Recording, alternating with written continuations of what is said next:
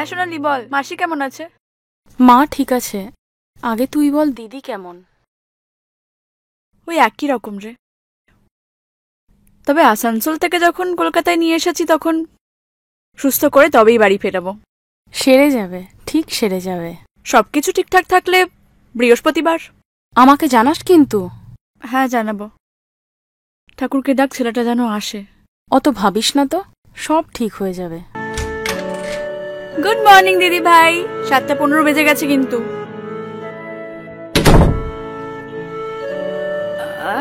এই যে চা, ঠান্ডা চা বল।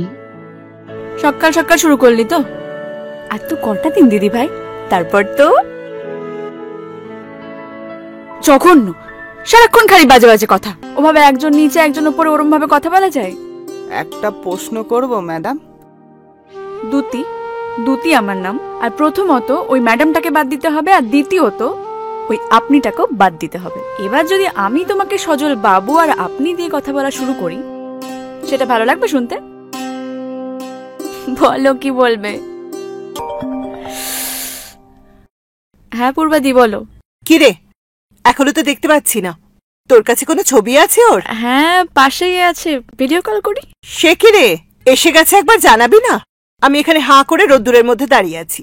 সরি সরি সরি সরি, আমি জানাতাম, মানে ও জাস্ট ঢুকলো, জানানো হয়নি, আমি জানিয়ে দিতাম। Sorry sorry. ঠিক আছে, এসে গেছে যখন ছাড়, বাদ দে। আমি তাহলে বাড়ি যাই। হ্যাঁ থ্যাংক ইউ।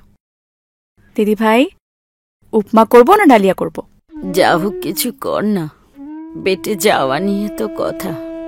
ও দুতি, আমার চুলটা একটু বেঁধে দে না। ছেলেটা যদি দেখা করতে আসে, যদি এ ঘরে আসতে চায়, পাগলি বলে তো ভয়ে পালাবে। ছেলেটা তো ফোনই ধরছে না রে, ফোনটা সুইচ অফ বলছে। বলছি, আমার ওই রিপোর্টটা কি এসেছে? হ্যাঁ কাল সকালবেলায় মেল করেছে। মানে আমাদের যা যা রিকোয়ারমেন্ট ছিল, ফরচুনেটলি সেগুলো মিলে গেছে। জয় গুরু, জয় গুরু। তুমি আমার আলাদিনের প্রদীপ। কি যে বলেন দিদি, আমার ঠাম্মা বলতো রাখে হরি মারে কে। ওসব কথার কথা। সে তো আমারও মনে হয়। না হলে একদিনের জ্বর, করোনা, বাপটা চলে গেল, শেষ দেখাটাও পুলিশ দেখতে দিল না। আরে দাঁড়াও, এতে 2 লাখ আছে, আর তোমার ছুটি হলে বাকি 3 লাখ দিয়ে দেবো।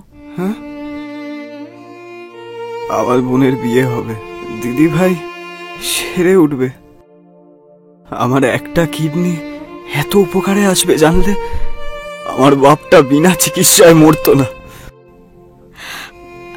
আচ্ছা ঠিক আছে, ঠিক আছে,